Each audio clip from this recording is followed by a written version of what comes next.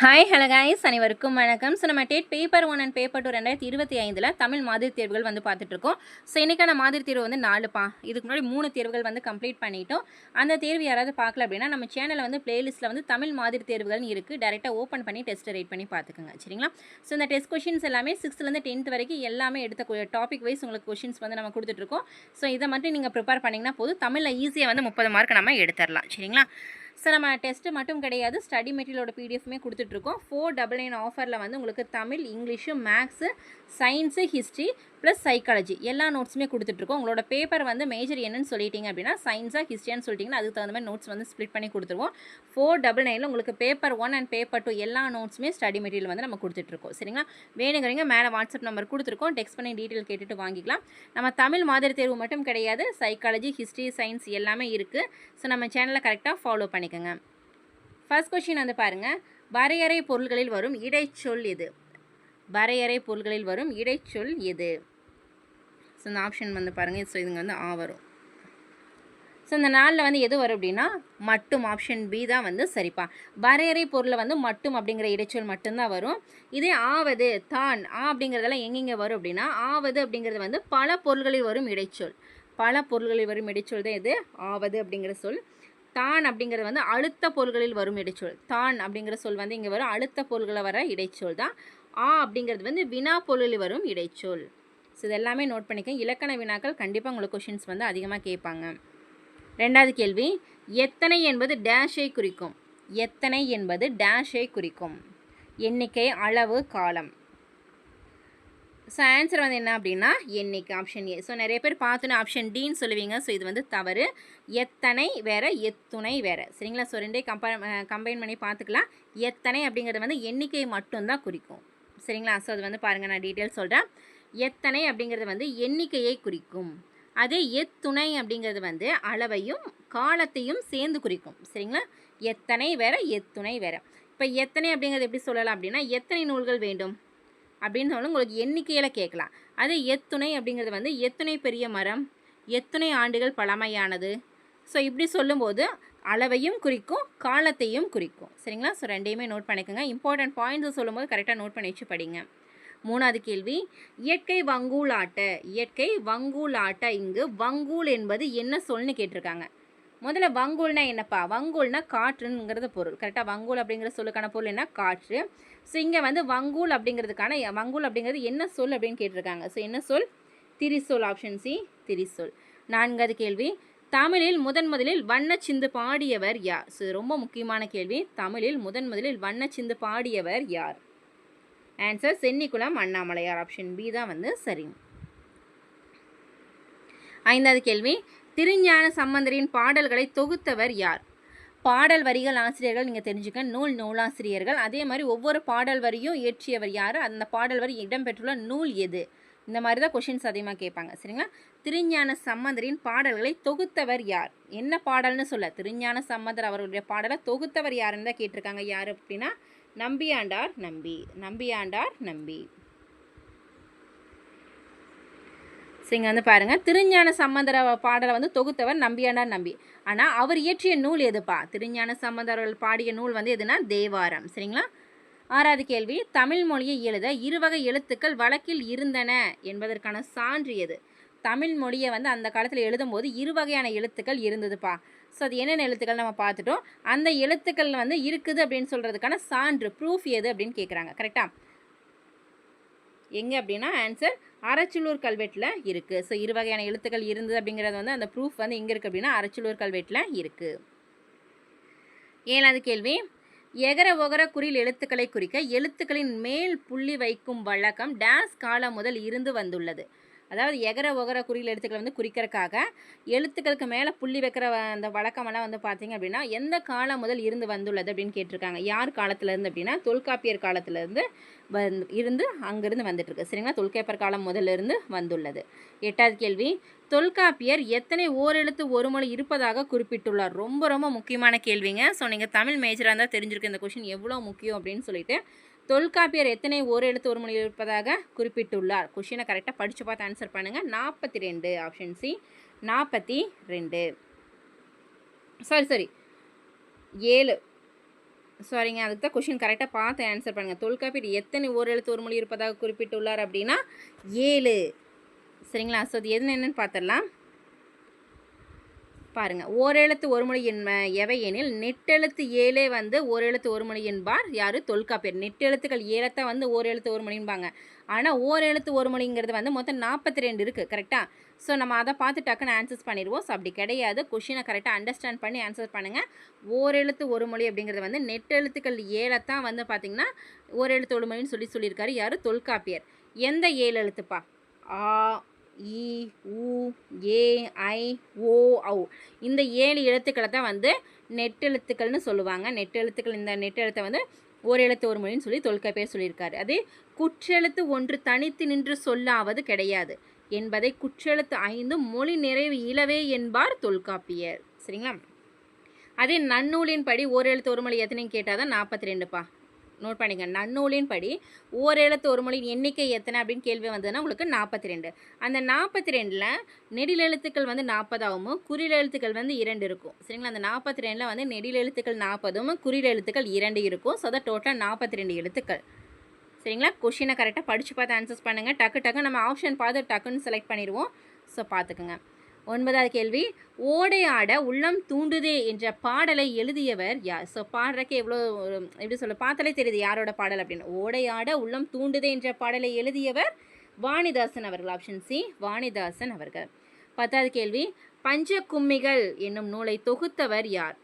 பஞ்ச கும்மிகள் என்னும் நூலை தொகுத்தவர் சி. ராசு அவர்கள். ஆப்ஷன் ஏ தான் வந்து சரி. நூலாசிரியர்களுக்குன்னே நம்ம தனி ஒரு டெஸ்ட் வச்சுக்கலாம். ஸோ கரெக்டாக ஃபாலோ பண்ணிக்கோங்க. 11வது கேள்வி, கீழ்கண்டவற்றில் காதில் அணியும் அணிகலன் எது? ஸோ சொல்லுங்கப்பா. காதில் போடுறோம்ல தோடு, அது என்னன்னு சொல்லுவோம்? குலைன்னு சொல்லுவோம். சரிங்களா? குலைன்னு சொல்லுவோம். அப்போ கிங்கிணி, சுட்டி, சூளி இதெல்லாம் வந்து எங்கெங்கே அணிவாங்கன்னு பார்த்தலாமா? ஸோ அது எப்படி வேணால் கேட்கலாம். பொறுத்துகள் அதிகமாக கேட்டிருக்காங்க. சரிங்களா? ஸோ அதனால் கீழே இதையும் டீட்டெயிலாக பார்த்துங்க. சிலம்பு, கிங்கிணி அப்படிங்கிறது வந்து காலில் அணிவது. சிலம்பு அப்படின்னா கிங்கிணி, கொலுசு இதெல்லாம் வந்து காலில் அணிவது. அரைநான் அப்படின்னா இடையில் அணிவது, இடுப்பில் அணிவது. கரெக்டாக? நம்ம தான் அருணா கயிறு அதோட உண்மையான தமிழ் பேர் அரைநான் அப்படின்னு தான் சொல்லுவாங்க. சுட்டி அப்படின்னா நெத்தி சுட்டி, நெற்றில் அணிவது. கரெக்டுங்களா? நெற்றில் அணிவது. குண்டலம், குலை. குண்டலம், காது குண்டலம் போடுறாங்களப்பா. குண்டலம், குலை எல்லாமே வந்து காதில் அணிவது. சூளி, தலையில் அணிவது. சூளி அப்படிங்கிறது தலையில் அணிவது. சரிங்களா? ஸோ எது எங்கெங்கே அணிகலன் வந்து எங்கெங்கே போடுவோன்னு சொல்லி கண்டிப்பாக தெரிஞ்சுக்கோங்க. பொறுத்துகளை வரக்கு வாய்ப்புகள் இருக்குது. 12வது கேள்வி, மனமும் மூளையும் வேறு என்கின்றார் யார்? மனமும் மூளையும் வேறு என்கின்றார். Answer Descartes. சரிங்களா? டெஸ்கார்டஸ். 13வது கேள்வி, திருக்குறளில் இடம்பெற்றுள்ள 2 மரங்கள் எவை? திருக்குறள் வந்து கண்டிப்பாக கொஷின்ஸ் வரும். திருக்குறளில் இடம்பெற்றுள்ள 2 மரங்கள் எவை? என்னென்ன மரங்கள்? பனை மற்றும் மூங்கில் மரம். திருக்குறளில் வந்து இடம்பெற்றுள்ள 2 மரங்கள் இது பனை மற்றும் மூங்கில் மரம். என்னப்பா திருக்குறளில் இடம்பெற்றுள்ள மரம் அப்படிங்கிறாங்களே? அப்படி கிடையாது. 1330 குறள் இருக்கலாம். அந்த 330 குறளுமே நம்ம தெரிஞ்சிருக்கணும். அந்த குறளில் வந்து இந்த 2 மரங்கள் வந்து இடம்பெற்றுள்ளது அப்படிங்கிறாங்க. ஒரு 2 குறள் இந்த மரம் வந்து வந்திருக்கு. சரிங்களா? ஸோ அப்புறம் வேறு என்னென்ன முக்கியமான கேள்விகள் வந்து திருக்குறள்லேருந்து கேட்பாங்கன்னு அதையும் பார்த்துக்கலாம். திருக்குறள் வந்து அகரத்தில் தொடங்கி நகரத்தில் முடியும். அகரத்தில், அகர முதலன்னு நம்ம சொல்லலாம். அகரத்தில் தொடங்கி நகரத்தில் முடியும். கடைசி 1330வது குறள். சரிங்களா? திருக்குறள் இடம்பெற்றுள்ள விதை என்ன விதைன்னு கேட்டாங்கன்னா குன்றிமணி. திருக்குறள் இடம்பெற்றுள்ள ஒரே பழம் நெருஞ்சி பழம். திருக்குறள் இடம்பெற்றுள்ள 2 மலர்கள், 2 மரங்கள்னா பனை மூங்கில் மரம். 2 மலர்கள் பூ என்னன்னு கேட்டாங்கன்னா அனிச்சம் மற்றும் குவளை. திருக்குறளில் இடம் பெறாத ஒரே உயிரெழுத்து. திருக்குறளில் வந்து எல்லா உயிரெழுத்துக்களும் வந்திருக்கு. ஒரே ஒரு எழுத்து மட்டும் வரல. என்ன எழுத்துன்னு கேட்டாங்கன்னா ஔ. திருக்குறள் இடம் பெறாத ஒரே எண் வந்து எது அப்படின்னா 9. திருக்குறள் இருமுறை வரும் ஒரே அதிகாரம். திருக்குறளில் இருமுறை வரும் ஒரே அதிகாரம் என்ன? குறிப்பறிதல் அதிகாரம் தான். சரிங்களா? ஸோ இது எல்லாமே ரொம்ப முக்கியம்ப்பா. நோட் பண்ணிக்கோங்க. ஸோ அதனால தான் தனியாக உங்களுக்காக நான் டீட்டெயிலாக நான் சொல்கிறேன். ஒவ்வொரு கொஷின்ஸ் கீழே இந்த மாதிரி சொல்லும்போது நோட் பண்ணிக்கோங்க. 14வது கேள்வி, காண முயல் எய்த அம்பினால் யானை என்னும் குரலில் பயின்று வரும் அணி எது? காண முயல் எய்த அம்பினால் யானை என்னும் குரலில் பயின்று வரும் அணி எது? ஆன்சர் உவமை அணி. ஆப்ஷன் ஏ, உவமை அணி. 15வது கேள்வி, தலைவர்களை உருவாக்குபவர் என்னும் சிறப்பு பெயர் உரியவர் யார்? சிறப்பு பெயர், அடைமொழி பெயர், இயற்பெயர் எல்லாமே நீங்கள் தெரிஞ்சிருக்கணும். தலைவர்களை உருவாக்குற எனும் சிறப்பு பெயர் கொண்டவர் யாருன்னா காமராஜர் தான்ப்பா, காமராஜர் அவர்கள். ஸோ அவர்களுக்கு வேறு என்னென்ன சிறப்பு பெயர்கள் இருக்குது அதையும் பார்த்துக்கலாம். காமராஜர் அவர்களுக்கு வந்து பார்த்தீங்க அப்படின்னா பெருந்தலைவர், கருப்பு காந்தி, படிக்காத மேதை, ஏழை பங்காளர், கர்ம வீரர் காமராஜர், கல்விக்கண் திறந்தவரும் காமராஜர் தான். சரிங்களா? ஸோ இது எல்லாமே வந்து காமராஜர் அவர்களின் சிறப்பு பெயர்கள் தான், தெரிஞ்சுக்கங்க. 16வது கேள்வி, கடலோர மீனவர் வாழ்வின் சிக்கல்களை பேசுவதாக ராஜாம் கிருஷ்ணன் அவர்கள் எழுதிய புதினம் எது? கடலோர மீனவர்களின் வாழ்வின் சிக்கல்களை பேசுவதாக ராஜாம் கிருஷ்ணன் அவர்கள் வந்து எழுதிய புதினம் வந்து எது? ஆன்சர் அலைவாய் கரையில், ஆப்ஷன் ஏ தான் வந்து சரி. 17வது கேள்வி, உங்களுடைய ஆற்றலை நீங்கள் உணருங்கள், உங்களால் எதையும் சாதிக்க இயலும் என்பது யாருடைய கூற்று? உங்களுடைய ஆற்றலை நீங்கள் உணருங்கள், உங்களால் எதையுமே சாதிக்க முடியும் என்பது யாருடைய கூற்று? கிருஷ்ணம்மாள் ஜெகநாதன் அவர்களுடைய கூற்று. 18வது கேள்வி, நாகூர் ரூமி 80களில் டேஸ் இதழில் எழுத தொடங்கினார்? நாகூர் ரூமி அவர்கள் வந்து 80களில் என்ன இதழில் எழுத தொடங்கினார் அப்படின்னா ஆன்சர் ஆப்ஷன் டி கணையாளி, ஆப்ஷன் டி கணையாளி. 19வது கேள்வி, 1868ஆம் ஆண்டு தொல்காப்பிய சொல்லதிகாரத்திற்கு சேனவராயர் உரை எழுதியவர் யார்? ஸோ ஆன்சர் என்னப்பா? ஆன்சர் ஆப்ஷன் ஏ சி.வை. தாமோதரனார், ஆப்ஷன் ஏ சி.வை. தாமோதரனார் அவர்கள். 20வது கேள்வி, பண்டை காலத்து பள்ளிக்கூடங்கள் என்ற கட்டுரையை இயற்றியவர் யார்? பண்டை காலத்து பள்ளிக்கூடங்கள் என்ற கட்டுரையை இயற்றியவர் உவே சாமிநாதர், ஆப்ஷன் ஏ தான் வந்து சரி. 21வது கேள்வி, இதில் வெற்றி பெற டேஸ் கவிதை இயற்றியவர்? இதில் வெற்றி பெற என்ற கவிதை இயற்றியவர் யார்? ஆன்சர் சுரதா, கவிதையின் பெயர் தான்ப்பா இதில் வெற்றி பெற. சரிங்களா? 22 மறைமலை அடிகளாரின் இயற்பெயர் என்ன? மறைமலை அடிகளாரின் இயற்பெயர் சுவாமி வேதாச்சலம், ஆப்ஷன் சி சுவாமி வேதாச்சலம். 23 ஆங்கிலேயரின் நிதி உதவியின்றி இந்தியர் ஒருவரால் உருவாக்கப்பட்ட கல்வி நிறுவனம் எது? ஆங்கிலேயரின் நிதி உதவியின்றி நம்ம இந்தியரால் உருவாக்கப்பட்ட கல்வி நிறுவனம் எது அப்படின்னா பச்சையப்பன் கல்லூரி, ஆப்ஷன் சி பச்சையப்பன் கல்லூரி. 24 தொல்லூர் சிறப்பின் விருந்தெதிர் கோடலும் இழந்த எண்ணெய் என்ற பாடல் வரி இடம்பெற்றுள்ள நூல் கேட்டிருக்காங்க. ஸோ சொன்னவர் யாருன்னு கேட்கல, நூல் தான் கேட்டிருக்காங்க.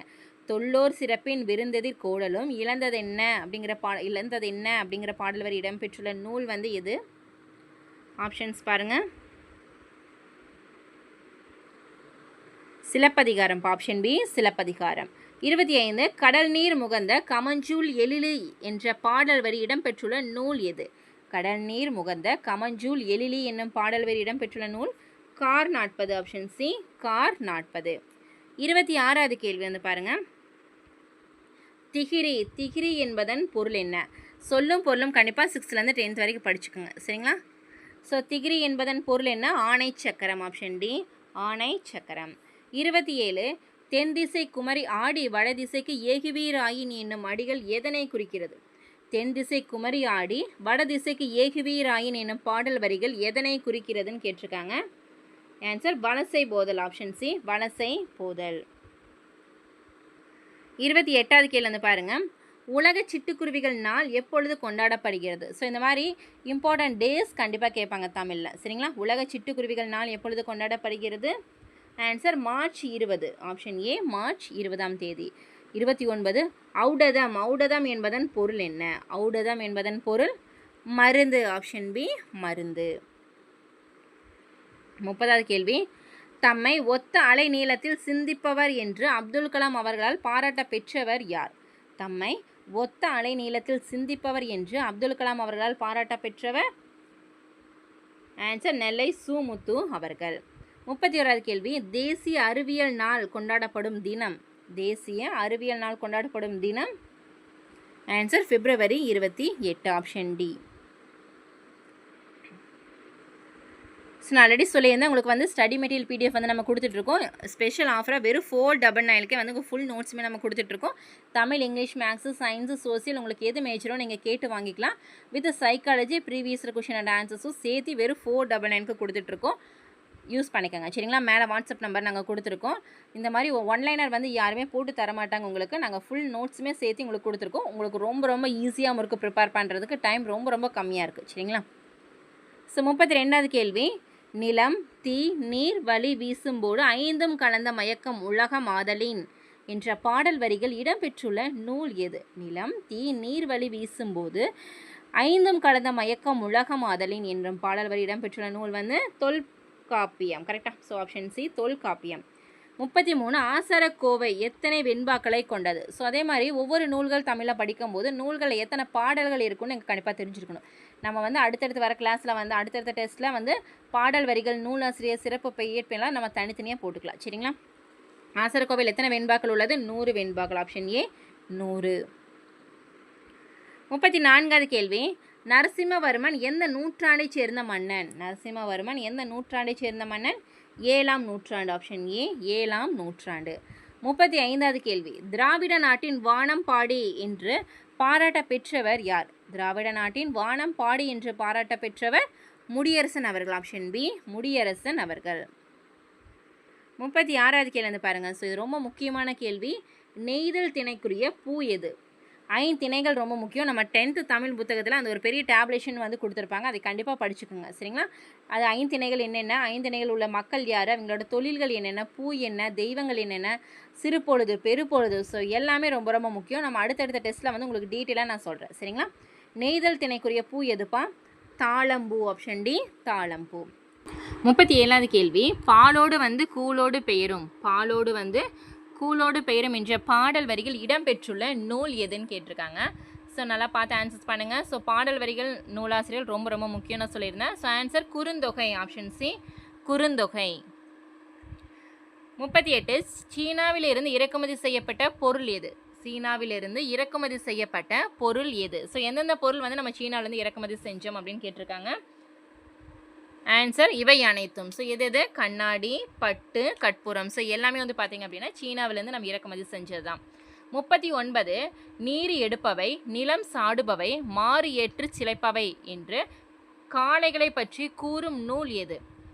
நீர் எடுப்பவை, நிலம் சாடுபவை, மாறு ஏற்று சிலைப்பவை என்று காளைகளை பற்றி கூறும் நூல் எது? ஆன்சர் கலித்தொகை. Option C Kalithogai.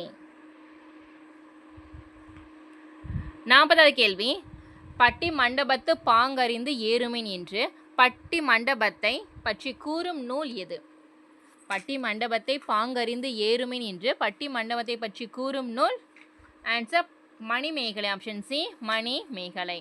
41வது கேள்வி, இந்திய ஏவுகணையின் நாயகன் என்று போற்றப்படுபவர் யார்? ரொம்ப ரொம்ப முக்கியமான கேள்விப்பா. டாக்டர் அப்துல் கலாம் பற்றி நிறைய கொஷின்ஸ் கேட்பாங்க. இந்திய ஏவுகணை நாயகன் என்று போற்றப்படுபவர் டாக்டர் அப்துல் கலாம் அவர்கள். ஆப்ஷன் பி தான் வந்து சரி. 42 கரும்பலகை யுத்தம், கரும்பலகை யுத்தம் என்ற நூலின் ஆசிரியர் யார்? Answer option C Malala. 43வது கேள்வி, நேதாஜி அமைத்த தற்காலிக அரசில் இடம்பெற்ற தமிழர்கள் யார்? ஆன்சர் கேப்டன் லக்ஷ்மி மற்றும் சிதம்பரம் லோகநாதன். ஆப்ஷன் சி தான் வந்து சரி. 44 அந்நில மருங்கின் அறமுதலாகிய மும்முதற் பொருட்கும் உரிய என்ப என்ற பாடல் வரி இடம்பெற்றுள்ள நூல் எது? அந்நில மருங்கின் முதலாகிய முன்முதற் பொருட்கும் உரிய என்ப என்ற பாடல் வரி இடம்பெறும் நூல் வந்து தொல்காப்பியம். ஆப்ஷன் டி தொல்காப்பியம். 45 பரளிசு நெல்லையப்பர் யாருடைய வாழ்க்கை வரலாற்றை நூலாக எழுதியுள்ளார்? எப்போவுமே வந்து ஆன்சர் கொடுத்து கேள்வி கேட்பாங்க. ஸோ இது அப்படியே மாற்றி கேட்டிருக்காங்க. பரளிசு நெல்லையப்பர் அவர்கள் வந்து யாருடைய வாழ்க்கை வரலாற்றை நூலாக எழுதியுள்ளார்? ஆன்சர் வ.உ. சிதம்பரனார் அவர்களோட வாழ்க்கை வரலாற்றை வந்து எழுதியிருப்பாங்க.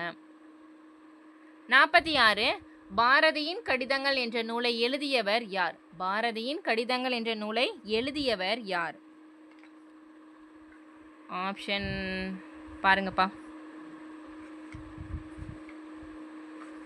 Answer option D Ra Padmanabhan அவர்கள். ஆப்ஷன் டி தான் வந்து சரி. 47வது கேள்வி, நெடுநல்வாடையின் பாட்டுடை தலைவன் யார்? நெடுநல்வாடை நூலோட பாட்டுடை தலைவன் யாருன்னு கேட்டிருக்காங்க. ஸோ நம்ம 8 தொகை 10 பாட்டு நூல்கள், அதே மாதிரி ஐம்பெருங்காப்பியங்கள், 17 கீழ்கணக்கு நூல்கள் எல்லாமே நீங்கள் தெரிஞ்சுக்கணும். நூலாசிரியர்கள் பார்த்துருக்கணும். ஒவ்வொரு நூலில் எத்தனை பாடல்கள் இருக்கோ அதையும் நம்ம தெரிஞ்சுக்கணும். சரிங்களா? தொகுத்தவர் யார், தொகுப்பித்தவர் யார், ஸோ இது எல்லாமே நீங்கள் அடுத்தடுத்த டெஸ்ட்டில் நீங்கள் பார்த்துக்கலாம். சரிங்களா? ஸோ இதுக்கான ஆன்சர் என்னப்பா? Answer option B, Pandiyan Nedunchezhiyan. Pandiyan Nedunchezhiyan. 48வது கேள்வி, கனிச்சாறு என்னும் நூல் எத்தனை தொகுதிகளை கொண்டுள்ளது? கனிச்சாறு அப்படிங்கிற நூல் வந்து எத்தனை தொகுதிகளை கொண்டுள்ளதுன்னு கேட்டிருக்காங்க. ஸோ இதோட ஆசிரியர் வந்து பெருஞ்சித்திரனார், நம்ம ஆல்ரெடி பார்த்துருக்கோம். ஸோ இது எத்தனை தொகுதிகளை கொண்டுள்ளது? 8 தொகுதிகளை. Option B 8. 49, பிரெஞ்சு மொழியில் அமைந்த தொழிலாளர் சட்டத்தை தமிழ் வடிவில் தந்தவர் யார்? பிரெஞ்சு மொழியில் அமைந்த தொழிலாளர் சட்டத்தை தமிழ் வடிவில் தந்தவர் யார்? ஆன்சர் ஆப்ஷன் பி, பாரதிதாசன் அவர்கள். ஸோ லாஸ்ட் கொஸ்டின் வந்து பாருங்கள், உழவர் என்னும் சொல் டேஸில் இடம்பெற்றுள்ளது. ஸோ இந்த உழவர் அப்படிங்கிற சொல் வந்து கீழ்கண்ட எந்த நூலில் இடம்பெற்றுள்ளது? ஸோ அதான் கொஷினை. ஸோ பார்த்து ஆன்சர் பண்ணுங்கள். Answer Natrinai. Option C, Natrinai. So இன்றைக்கான 50 வினாக்கள் வந்து பார்த்துட்டோம். ஸோ நீ அடுத்தடுத்து வந்து சைக்காலஜி, சயின்ஸு, ஹிஸ்ட்ரி எல்லா டெஸ்ட்டுமே இருக்குது. ஸோ கரெக்டாக அதையும் ஃபாலோ பண்ணிக்கோங்க. நான் ஆல்ரெடி சொல்லியிருந்தேன், பிடிஎஃப் நோட்ஸ் வந்து நம்ம கொடுத்துட்ருக்கோம். ஸ்டடி மெட்டீரியல் 499க்கு எல்லா நோட்ஸுமே கொடுத்துட்ருக்கோம். பேப்பர் 1 அண்ட் பேப்பர் 2 உங்களுக்கு எது வேணுமோ நீங்கள் கேட்டு வாங்கிக்கலாம். ஸோ இது கூட ப்ரீவியஸ் கொஷின் அண்ட் ஆன்சர்ஸும் சேர்த்து வெறும் 499க்கு நம்ம நோட்ஸ் ஃபுல்லாக கொடுத்துட்ருக்கோம். சரிங்களா? மேலே வாட்ஸ்அப் நம்பர் கொடுத்துருக்கோம், நீங்கள் டெக்ஸ்ட் பண்ணி டீட்டெயில் கேட்டுட்டு வாங்கிக்கலாம். So thank you.